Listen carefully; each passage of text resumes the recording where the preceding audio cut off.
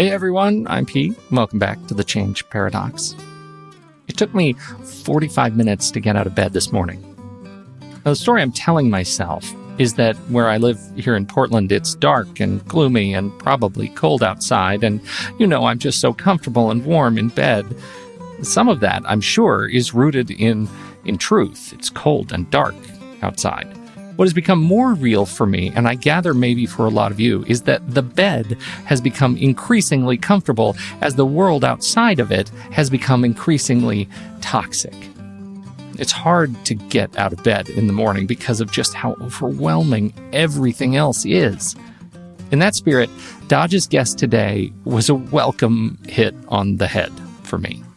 According to his website, Dave Richo is a psychotherapist, teacher, workshop leader, and writer who works in Santa Barbara and San Francisco, California, and you can find him online at davericho.com.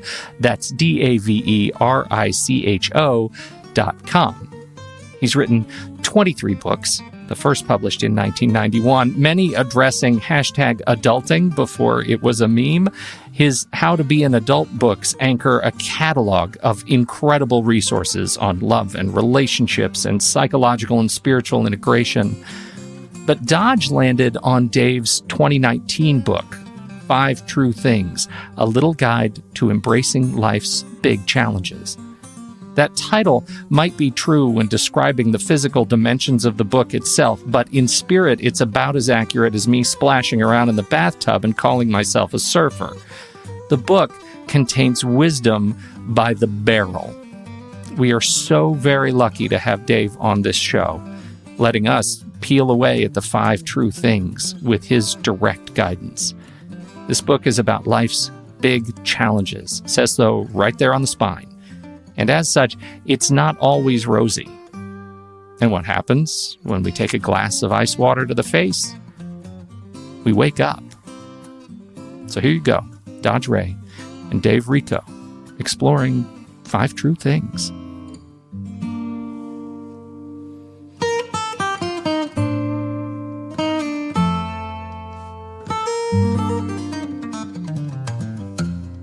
Hey, Dave. Welcome. I've been chuckling to myself for about 15 minutes about how I've been reading recently about how things do not always go according to plan.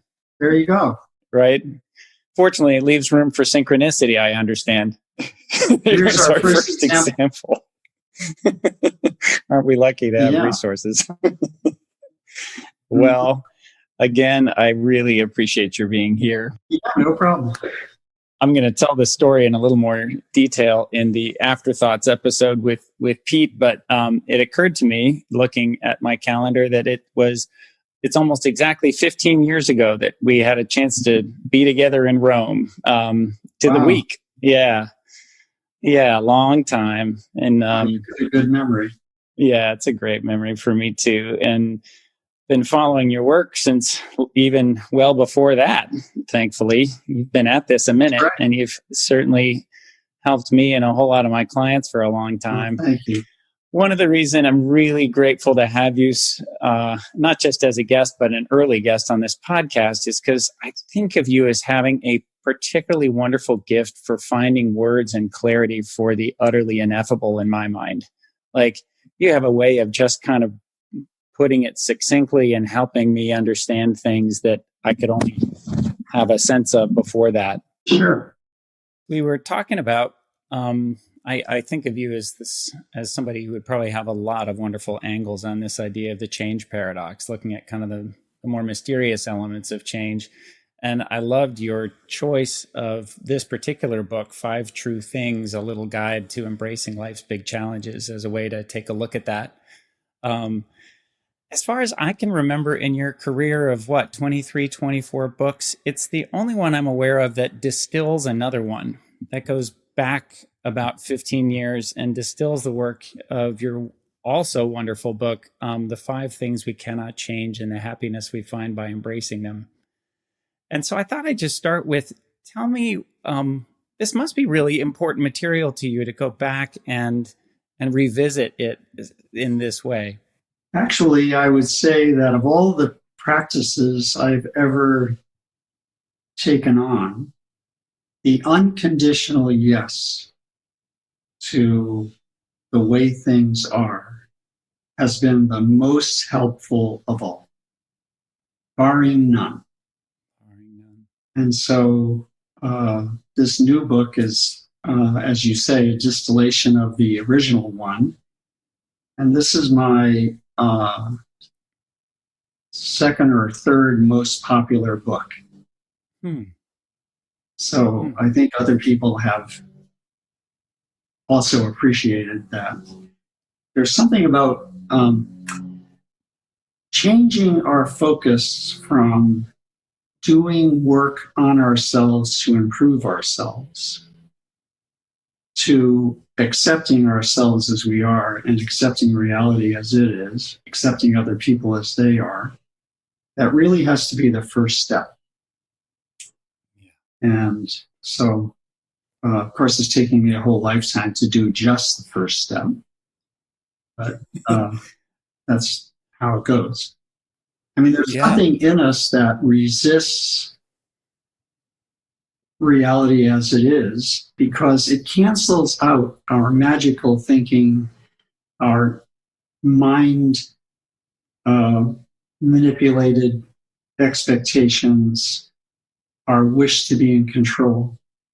So much of what we carry around in our ego gets disabled by this radical acceptance of things as they are. So this doesn't cancel it, but it at least gets us on the right track as far as I can see. And I got the title, the serenity to accept the things we cannot change, courage to change the things we can, wisdom to know the difference.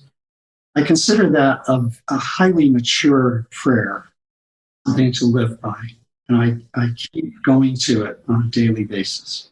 I love that you started your book there because it really captures, well, a number of important truths. First, that there is serenity in accepting the things we cannot change.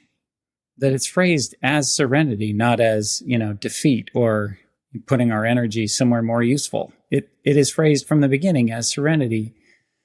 And it's naming that it takes courage to continue to try to apply ourselves where we can, and that it takes real wisdom to know what's what. You're now naming the first paradox, because it would seem as if one couldn't be serene accepting the unacceptable by ego, which wants to be in control of things. But that's the first paradox, that we actually become more content and serene when we sit in the saddle in the direction the horse is going, rather than the opposite.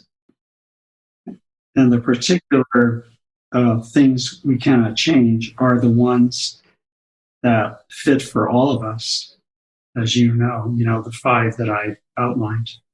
Let's take just a quick moment to talk about ego, because I think that will be a word that it's already come up twice today and it'll keep coming up. It's such a vital concept and so broadly misunderstood, but also difficult to understand, right? Sometimes ego in our normal vernacular is used in terms of, arrogance or something, and you don't mean that. You're talking about something else. Can you just, so that as the word comes up, people are familiar with it, what do you mean by ego and why does it want control? Well, actually, the way I'm using ego will include some arrogance, but I'll explain. Mm-hmm. So first of all, ego is the Latin word for I. So I am. That's Latin way of saying that is ego sum. I am. Now, this ego can be, as Freud described it, the healthy center and guide of our intelligent decision making based on reasonable assessment, setting goals, and fulfilling the goals. It's our ego that helps us do that. So that's the healthy ego. But in addition, there's what people call the big ego, what Jung calls the inflated ego. This is the one in us that is a mindset. And this mindset, from my point of view, includes the following characteristics: the need to be in control, the belief that I'm better than other people, that's the arrogance, the sense of entitlement to special treatment because I'm a special person. And the special treatment includes abrogating the givens of life. So yes, one of the givens of life is that people are not always loving and loyal, but I'm entitled to have everyone be loving and loyal to me. So this form of ego is narcissistic, putting itself first, shall we say. That's what's meant by the big ego. So it's control, entitlement, arrogance, and its hidden name is fear, that all wind up just being like everybody else, which is what we actually are. Yes. I am just another human. I happen to have certain gifts and limits, as do you. And when I'm okay with that, that would be a yes to a humble stance. And then the alternative is this big ego that would scoff at the virtue of humility. What is humility? Accepting reality as it is, with all its limits and all its wonderful opportunities. I think of us as, if we are a spirit form here in the world, we have to have a physical form, a body, in order to, function on this planet, but also, in a sense, a psychological form to interact with this planet. And that's the hopefully healthy ego. But additionally, we all have got an inflated sense of separateness that can lead us into this fear, arrogance, control, and entitlement. The inflated separateness is a wish, it sounds like, to create safety, but in fact actually creates the suffering it means to avoid. That's a very good way of putting it. So it's the opposite. So it's ironic. Yeah, it is quite ironic. Here we are thinking that, this is the best way to be, and actually it's the worst way to be. Very much so. Okay, so that helps, because I think it's going to give folks some context for the part of all of us, not just our broken badness, but our natural wish for safety helps us resist these 5 givens of life that you're naming in these 2 books so beautifully, that are really poignant. I mean, the longer I've sat with this book, like really absorbing it, the more it, really brings up a lot of feeling for me around these 5 givens. So let's jump into those and start to talk about, what have you named here? Okay, so first of all, there are thousands of givens. Mm-hmm. For instance, I live here in California. So one of the givens is that there might be an earthquake. Right. Whereas where you live, let's say there might be a hurricane. Tornado or something, yeah. That's unlikely here. So you have some givens and I have givens based on where we live. Then we have givens of our personality. I might be more introverted, you might be more extroverted, etc. So what I did was I looked for the givens that apply to all of us and that go with just being human among other humans. Right. And so I came up with these 5. First, that everything changes and ends.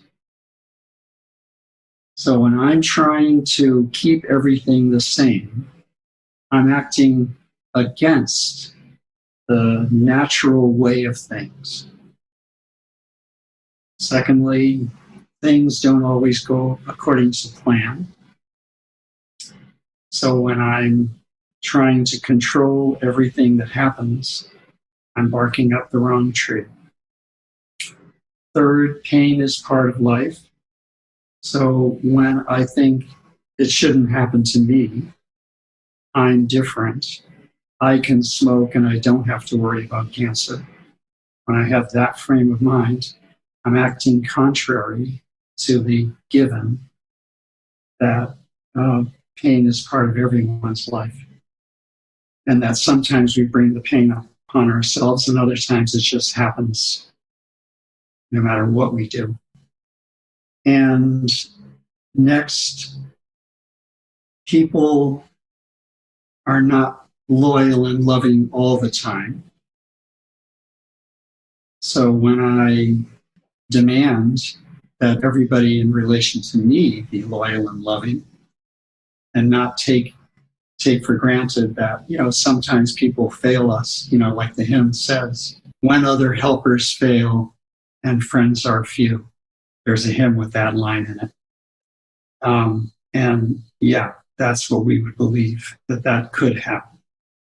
Now, the big ego will say, well, that can't happen to me. And if it does, I have to teach them a lesson so they don't do it again.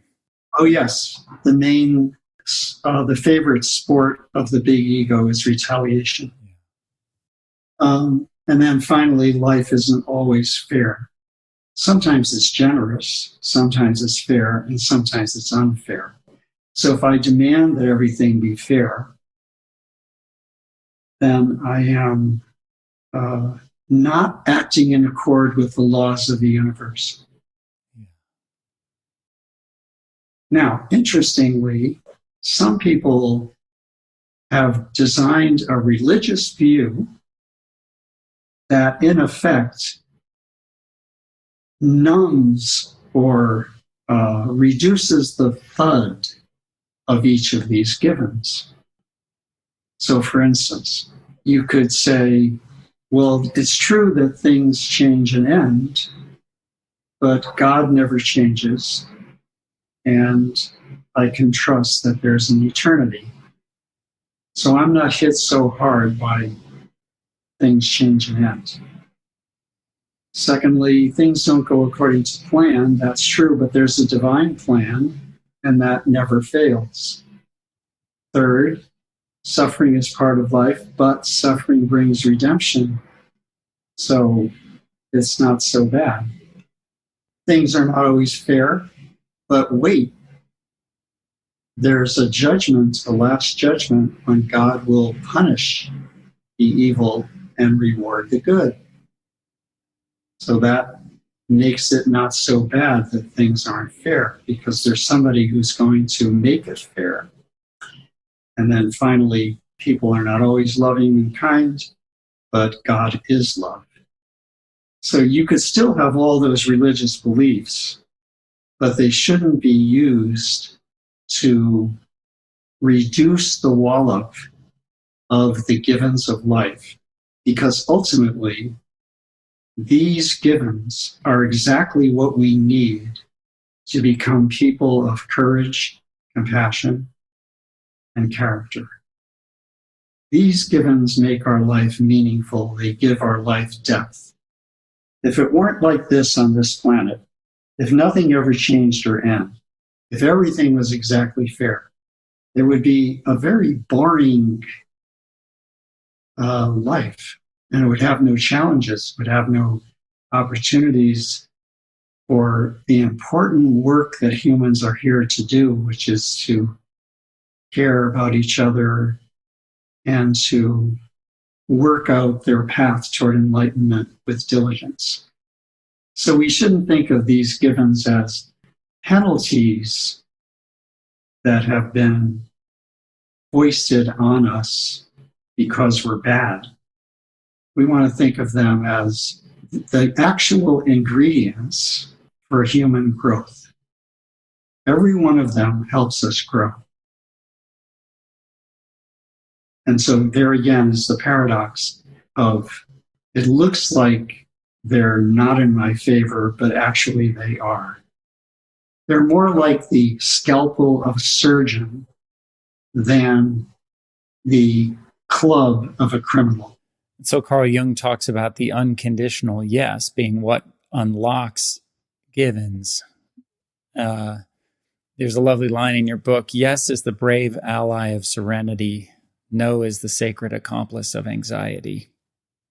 Yeah, the opposite of yes is not no in this instance. The opposite of yes is control. Try to get in control so these things won't happen to you. Right. Or believe you're entitled that, those are only supposed to happen to other people, not to me.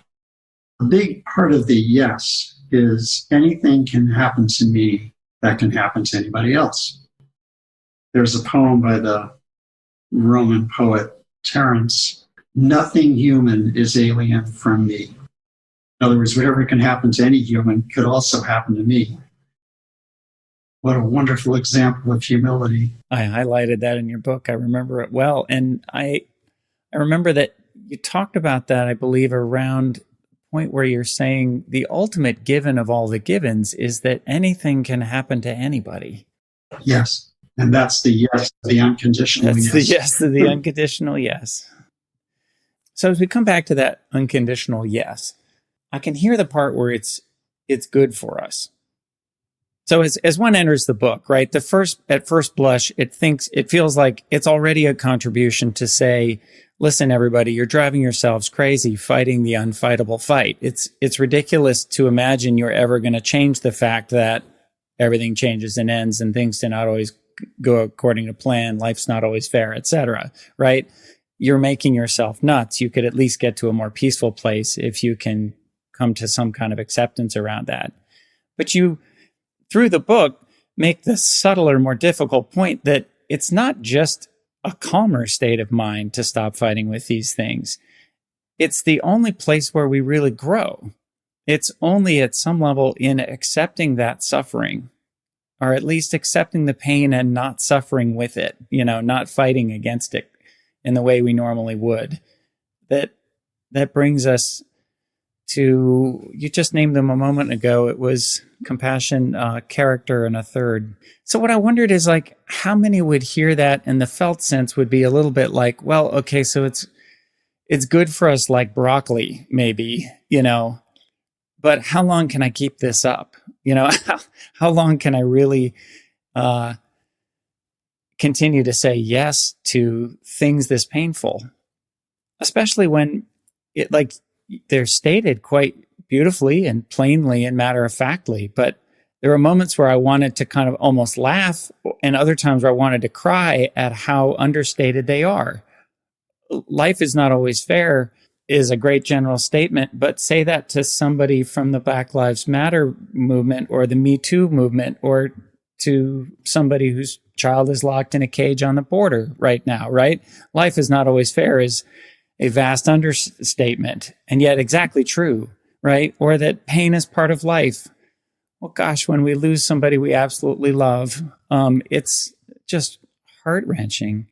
Now you're bringing up the spiritual dimension of the yes. It works in the context of a calling. I say yes, and that leads me to now what? And that now what shows me my calling to make whatever contribution I can make to the world around me that will change things that are able to be changed. So in the examples you gave, like people who were refugees and so forth. So yes, it's unfair that it's like this. And the now what leads me to what political action can I engage in that will help alleviate the part of the problem that is changeable. So the yes is not stoical in the sense of just be indifferent and don't take any action.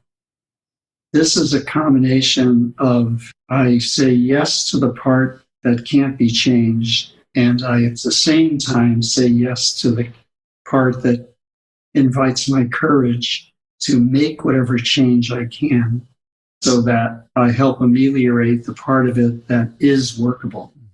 Does that make sense? Yeah, it does. It's never just, it doesn't end.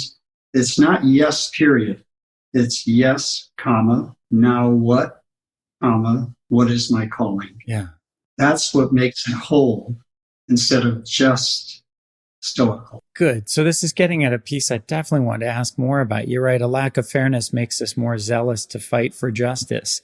Every one of them does that. And so I was just sitting with kind of the wisdom to know the difference part of this ends up being in how do we both accept the inevitability of unfairness while working zealously against it? It's not easy. But I think what I hear you saying is that at some level we start with kind of, okay, turning around in the saddle. Here I am facing forward, which is life has got a lot of this in it. For some of us more than others, unfairly. And now that I'm facing forward in this saddle, are there reins I can pick up? Is there any influence I can exert? Can I fight with passion for what's possible, knowing that it will never be perfect? Yeah, and can I be fair in all my dealing? Mm-hmm. Life is not always fair, but I can be fair. Mm-hmm. Mm-hmm. Suffering is part of life, but I won't cause suffering. Things don't go according to plan, but I will always look to make a new plan that works for me and others. People are not loving and loyal all the time, but I'll be loving and loyal all the time. Yeah. And by the way, I include some of this in my YouTube, which is free to watch. If you go to Dave Richo, Richo, and the name of it is Love. And I did a presentation that fits with this topic that we're on. So if people want to watch that, pulls a lot of this together regarding relationships. Thank you for mentioning that. The other thing I wanted to say is that every one of these 5 brings up grief. And when you asked, why would we resist saying yes to these? It's because we get it, that everyone will require us visiting the most unappealing feeling in our psyche, namely grief, sadness about how things are, anger that it's like this, fear that it'll never change. So when we say things will end, that's grief. Yeah. We're going to grieve at the end. Didn't go according to plan, we're going to grieve that the plans didn't work out, etc. They all bring us into a grief. That's the psychological work. And then they all lead to a now what and what is my calling. That's the spiritual side of the work. Mm-hmm. So I see the yes as integrating our psychological and spiritual work. I love your line. We do not control because we are selfish or demanding. We control because we are afraid of grief. Every one of these represents a loss we can't escape. Yeah. We can avoid some of them, but sooner or later, every one of these will enter our lives. And there's grief. Oh, absolutely. Every one of these 5 will enter all our lives. Yeah. The dimension of this that feels unfair, and now I'm speaking humorously, of course, is that we weren't asked before we came in to life on this planet if we agreed with the ground rules. And these givens are the ground rules.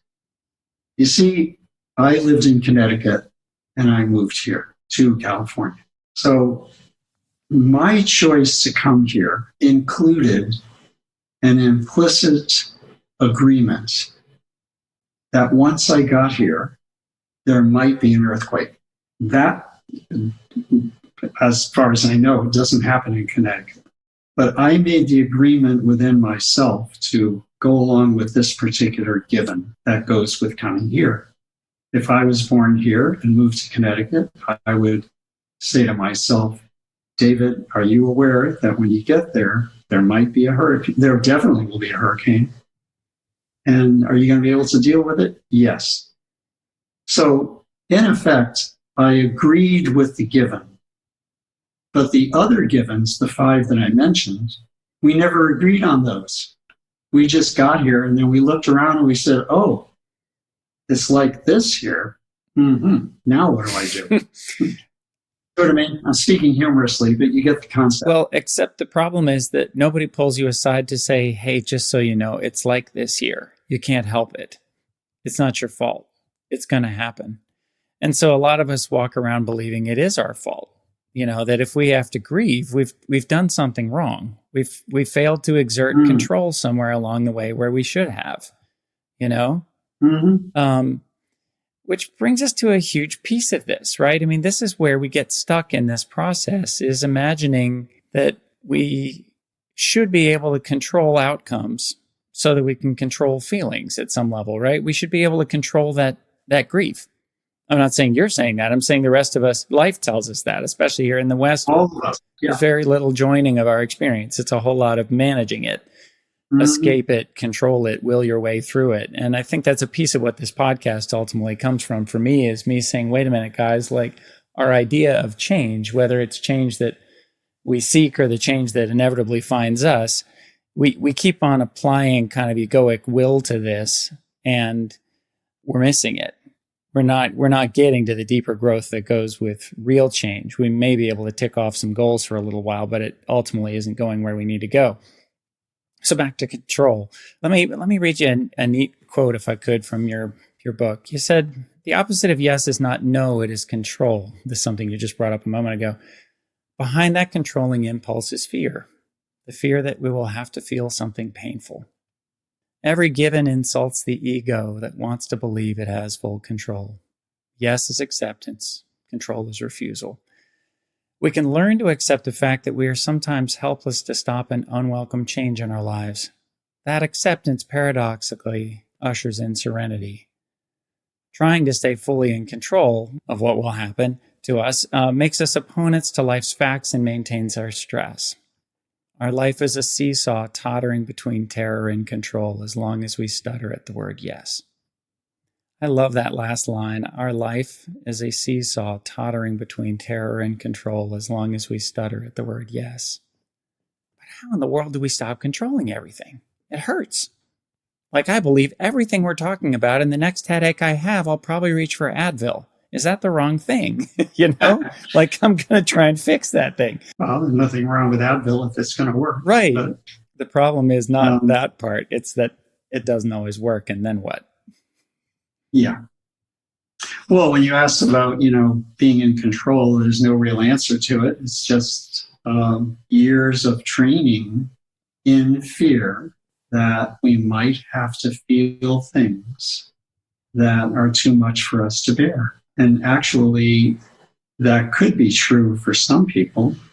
It could be true that some people are so wounded that it would hurt them to go through a full experience of grief. But we could also keep practicing.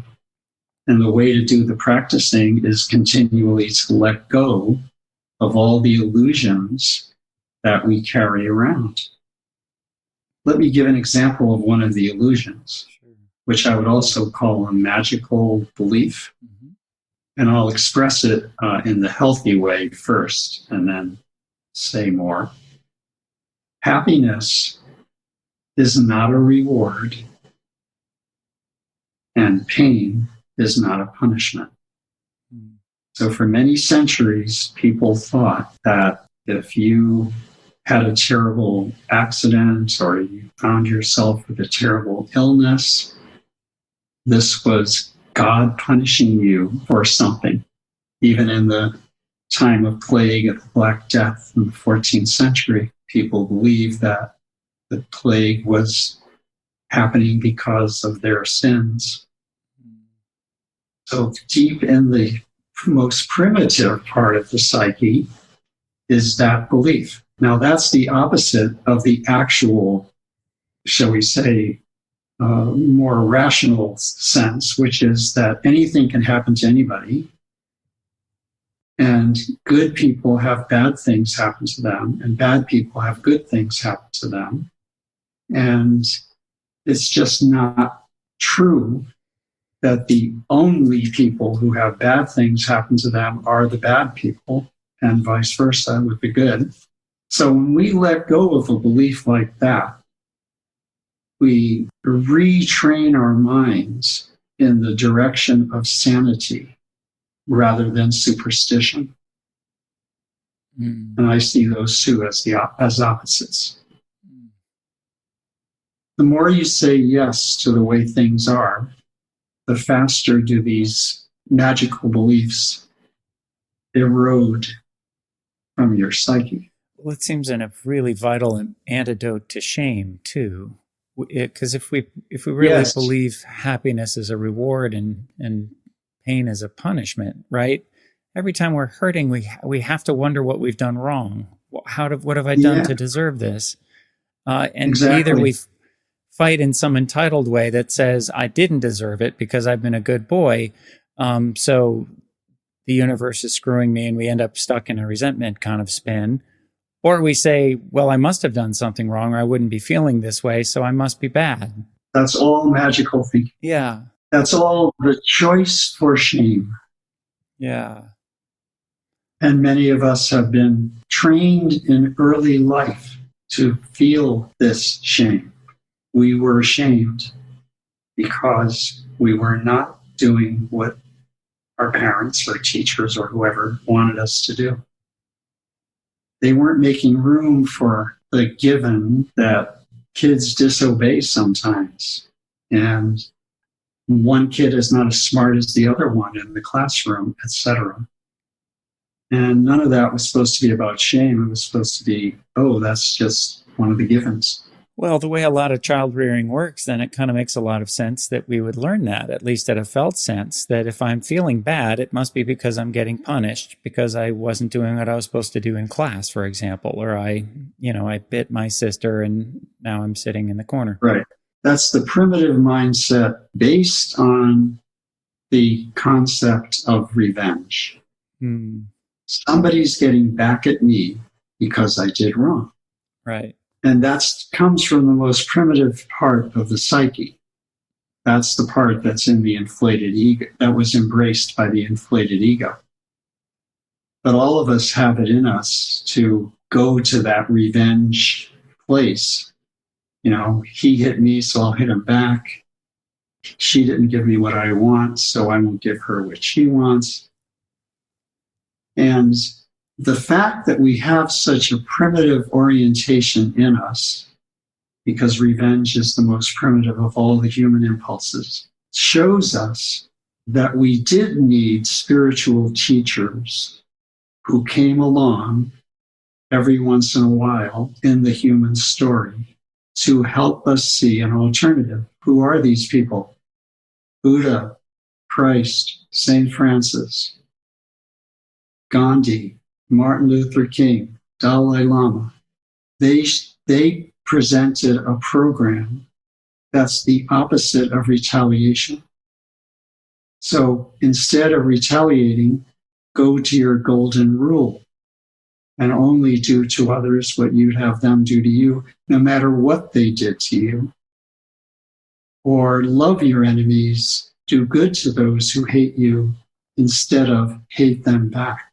Right. So we have it in us to make a commitment to that other way of living. And we can say yes or no to it.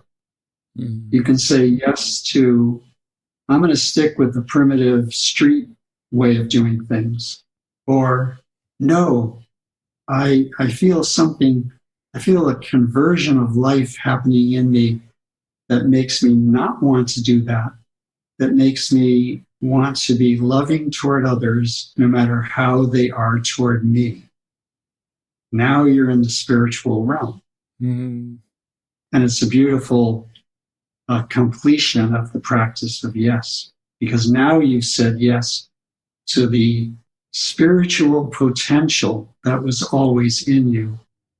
It was in all those guys in the Godfather movies, but they rejected it over and over again.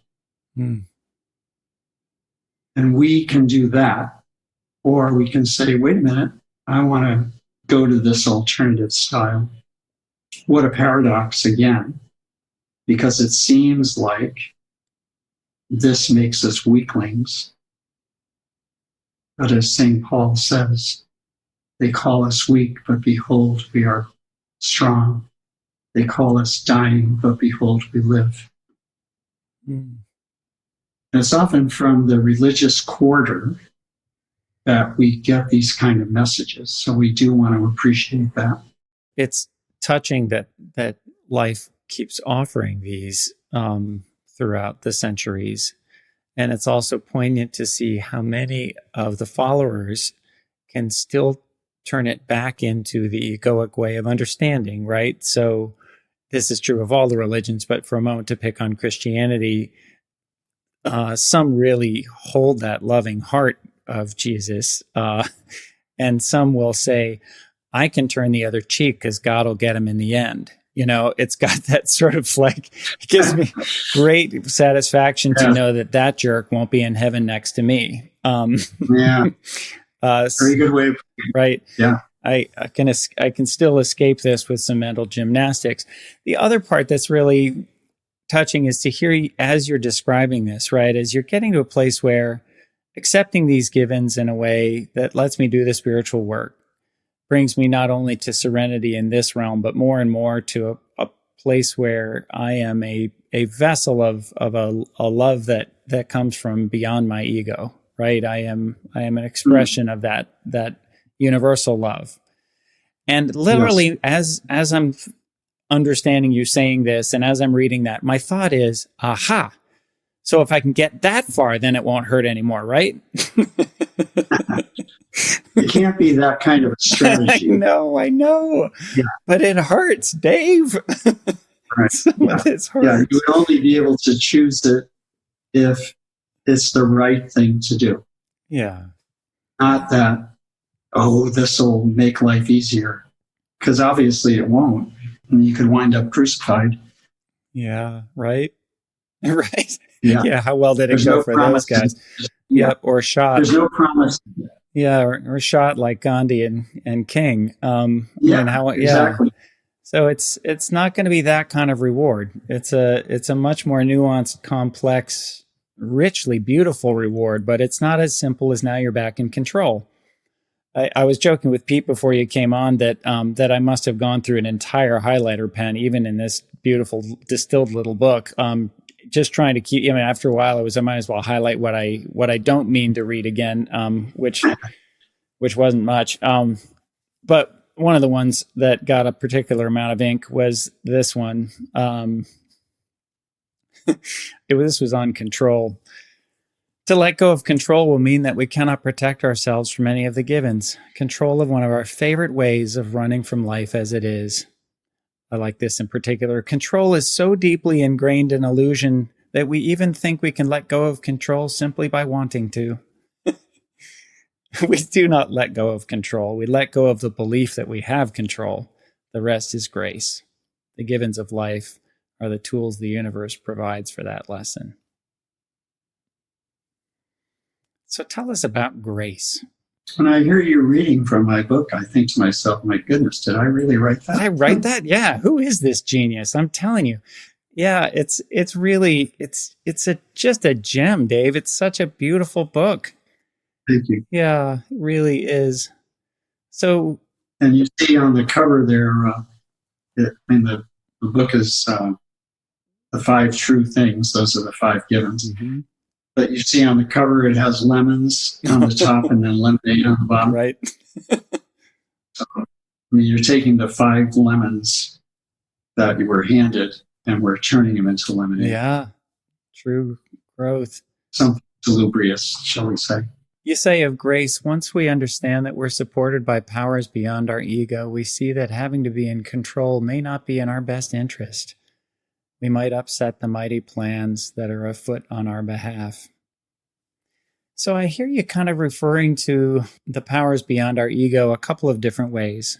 In some ways, you'll talk about it like we have to be careful of magical thinking, that there's just this kindly one sitting in a throne who rewards the good and punishes the bad, that assures the the righteous an easy passage through this realm. And it's just not so.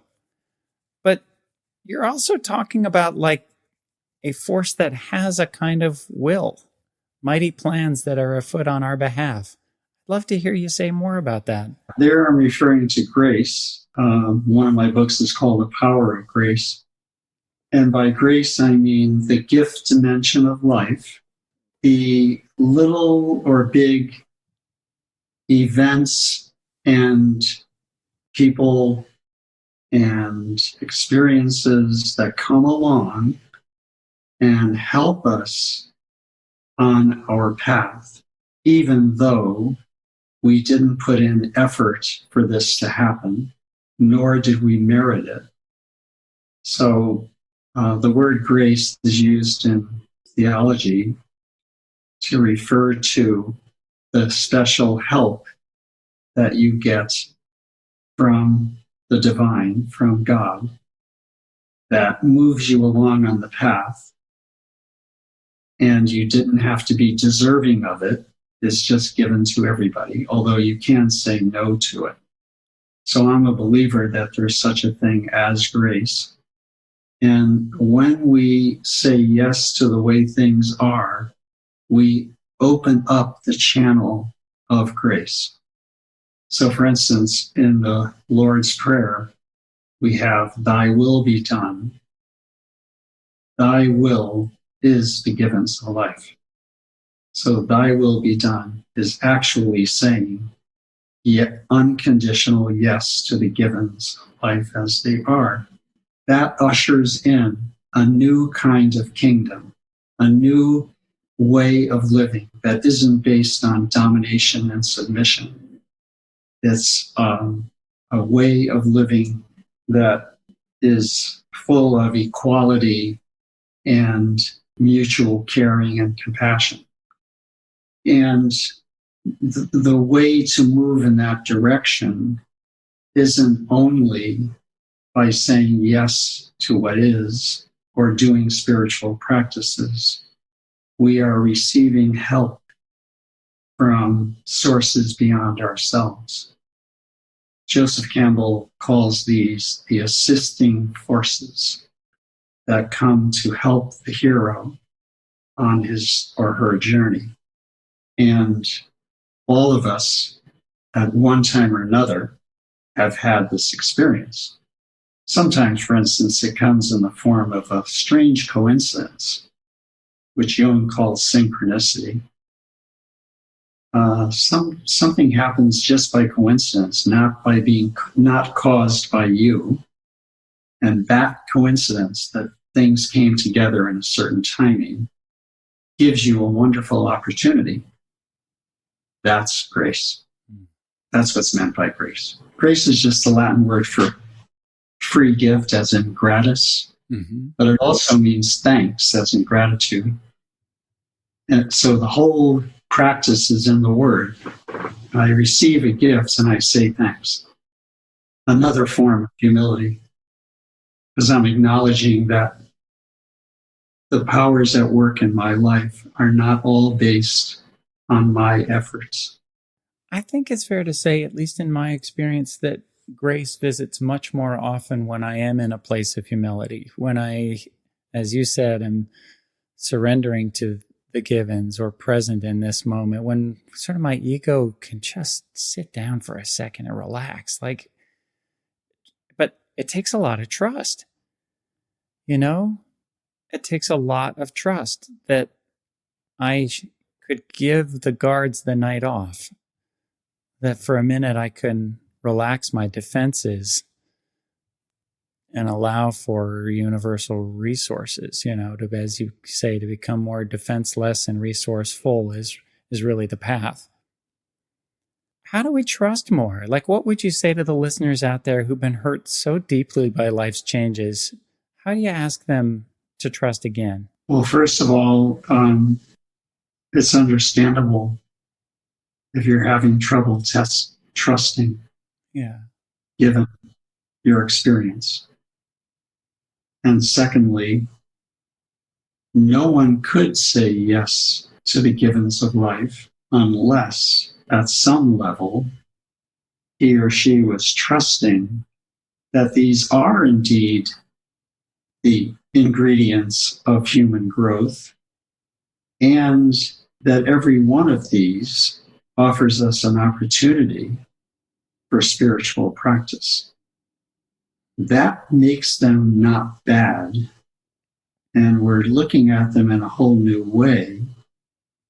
We're saying, this is what the ladder looks like. Ladder that, gives you the possibility of ascension away from the illusions, the magical thinking, the ego mindset, into this other way of being in the world. What is this other way? I'm here as one who has fully surrendered to reality, and am noticing that when I do this, I find a new kind of serenity. Not the serenity that's based on being in full control and now I'm all set. This is the serenity based on, oh, now I am so aligned to the way things are that I feel a new balance coming into my life that is making me feel more comfortable here on the planet, and even activating the part of me that wants to be of service to it. Yeah. Another paradox. I'm flashing to a memory of being caught in a heavy downpour at one point, and my first instinct was to run, right? It's to hunch my shoulders and pull the collar up over my ears as if I were going to keep them dry, and to think that if I could just sprint in some direction, that I wouldn't get wet. And then it quickly became just ridiculous that I wasn't getting any drier. I was just getting tired. I was just running. And so I stopped and I began to walk. I'd kind of run out of energy to sprint, and realized I'm going to be soaked no matter what. And so I relaxed. And for a little while, at least I wasn't running so hard, and that was better. And then I started to notice something weird, which was, well, now I'm soaking wet. And if I stop tensing up around that, it's beautiful. The rain was warm and the sound was extraordinary. And it felt kind of like this natural event that I was just sort of swept up in, like nature had really come to pay attention for a moment, was so present with me. And it became then beautiful. And I think of, in some ways, maybe the surrender to the given's a little like that. At first, there's at least, well, you're a lot less tired if you're not fighting for control all the time. But then you start to notice, actually, there was something really lovely about whatever that was. I'm thinking of my wife losing her mom earlier this year, and it was as sweet and beautiful a death as I've ever seen or heard of. It was just beautiful and heartbreaking as could be. But when we stopped fighting to save her life, when clearly that wasn't what was going to happen, and then stopped fighting to not feel sad, which was equally pointless, then it just became like about the love exchange in those few remaining weeks, and was so poignant. I mean, so deeply memorable, and touching all the way through, Maybe that's, I guess, what we're kind of all working with, is examples like that. Mm-hmm. And you were all saying yes to the ending, rather than fighting tooth and nail against something that was, shall we say, bound to happen. Yeah. Even yes to the pain of it.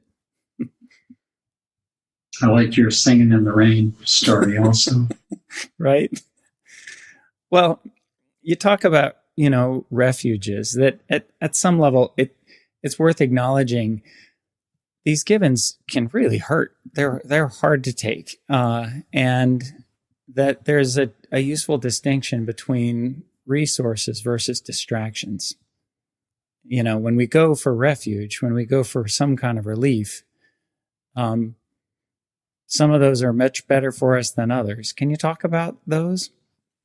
I think in that section, I was referring to the refuges that are offered by the conventional way of looking at religion, where you reverse all the givens and say, well, none of this matters because there's something else at work that dulls the impact of these triggering events. But the healthy resource is, first of all, the yes. And secondly, the now what. And third, what am I called to do? That's part of the yes, now what. Yeah. So I would see those as the three wonderful resources in this particular practice. Yeah. It may be helpful for a lot of listeners also just to hear this. I found this in your book as you were speaking. You talked about some refuges are distractions and some resources. Part of adult spirituality is having the wisdom to know the difference. Drugs distract. A hike in nature grants a resource. Positive resourceful refuges are relationships, friendships, art, nature, music, creativity, career, entertainment, meditation, and a variety of non-hurtful ways we have of fulfilling our own deepest longings. Mm-hmm. What's the problem with the distractions? Why not, watch that 8th episode of the Netflix show that we're binging this week? Why not drink a 5th beer? What? No, there's nothing wrong with any of that. It's just that when it comes to the givens, we're looking for a way to hold them in our experience rather than run away from them or blame God or man for them. But it's always okay to do something that makes us feel good and is not harmful temporarily. Mm-hmm. That makes sense to me. So this isn't like a rigid approach. This is very diaphanous, very, it's expressed very beautifully by Virginia Woolf in her novel, The Waves. And I have this quote in the book. Month by month, things are losing their hardness. Even my body now lets the light through. That's couldn't be a more beautiful way of expressing what exquisite. Happens when we say yes. I think a big piece of what I hear you talking about as kind of our fundamental purpose, like when you say spiritual growth, there's something you're talking about us growing toward, which really is very much about that capacity to express love. I want to say in moments where love seems not to be, right? Like if you look at Christ or Buddha or the Dalai Lama or King or Gandhi or St. Francis and on down the line, all of these teachers, really the enormous impact they had on the world was to show love where very few of us would be able to find it. Yeah, or show love where it doesn't seem to be deserved or earned. Yeah. And when you do that, you're grace giving, because that's what grace is about. It's giving a gift when it hasn't been deserved or earned. Right. That's when the light starts shining through us. Yeah. Which in itself has a kind of profound peace and joy to it. I think everybody knows that a little bit. We've had that experience at least a little. Yes. I'm glad you're saying that, because I've noticed that I like myself more when I come from this spiritual style that we've been discussing. Yeah. It hasn't worked to make life easier or to change any givens, but it has worked to make me like myself more than I did before I found this path. and that's good enough for me. Right. Progress, not perfection, but progress indeed. There's a lovely line. You say, "We are naive if we expect only integrity, peace, and love. We are lost if we cease to work for them with all our heart." Mm-hmm. Well, as you know, on this podcast, we're working to kind of get our arms around the elements of change, both the change we seek and the change that finds us, that are harder to grasp, that are not subject just to our will and intention. I wonder if there's anything else that occurs to you to share to contribute to that body of wisdom. We're hoping to continue to collect ideas and understanding, whether it's to summarize what we're talking about today or to add more. What is the secret to this change process, and why is it so hard for us? Since the very first given is things change, then aligning ourselves to what's happening anyway is the path to growth. So we don't have to do anything regarding change. All we have to do is go with it, since it is happening anyway. As you know, one of the teachings of Buddhism is that nothing is permanent. Everything is continually changing. And there's nothing you have to do. The only proper courtesy is to say, yes, I'll go with that. And that's from every wrinkle you see on your face in the morning mirror to all the things that happen to you that are so unwelcome because they bring suffering, loss of control, disloyalty, failed plans, that we're saying to ourselves, well, where in this is the opportunity for spiritual practice and healthy adult living? And since none of them will ever disappoint us, they will always offer the opportunity. Then, as Robert Frost says, Earth is the right place for love. Beautiful.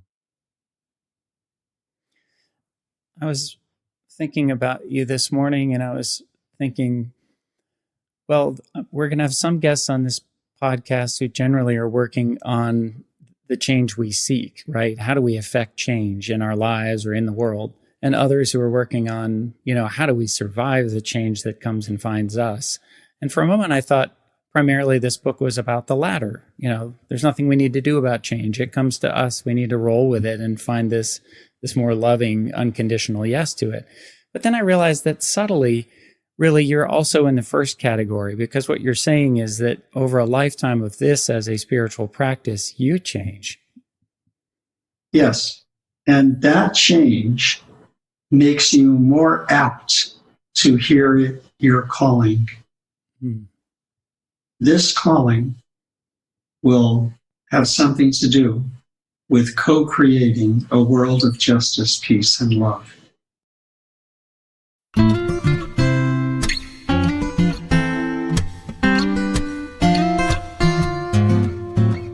Hey, it's Pete again, checking in. I hope you got as much out of that conversation as I did. It's a lot. Oh, wait, I'm saying it wrong. As my daughter says, Dad, it's a lot. For me, at the very top of the list is this: happiness is not a reward, and pain is not a punishment. What? Happiness is not a reward, and pain is not a punishment. I hear these things and I think, good Lord, I have been doing this wrong for so long, right? Seriously, the first person to get this tattooed on their body somewhere gets a shiny $50 gift card from me personally. You think I'm kidding? Get that tattoo and hit me up. Pictures will be posted in the show notes. Anyway, now you know Dave Richo. Next up, Dave is going to share with you an affirmations exercise that he calls on himself each day, stating his purpose and intention for the day ahead. Before I let Dave take over your headphones again, you want to be a part of a little change yourself? That's fantastic, because you can do just that at truestory.fm/The Change Paradox. We love podcasts around here, but the hour you just listened to with Dave took many, many more hours of our motley team here to organize and record and edit and deliver to you. Your membership makes you a key part of the engine that is listener-supported podcasting. For just $5 a month, you can support the time we put into creating and producing this show. And just for members, I sit down with Dodge for a conversation about the interview each week that you can only access through your personal podcast feed once you sign up. We're calling those episodes Afterthoughts. It's like a podcast within a podcast, a chance for Dodge and me to have a conversation about their conversation. We share lessons learned and tools for integration, and we talk about how our lives are changing as a result of that conversation, and maybe new tattoos, probably not new tattoos, and of course we laugh along the way. We thank you for joining us on this journey, for your contributions, whatever it may be. And now I'll leave you with Dave Richo, an affirmations exercise for setting your intention.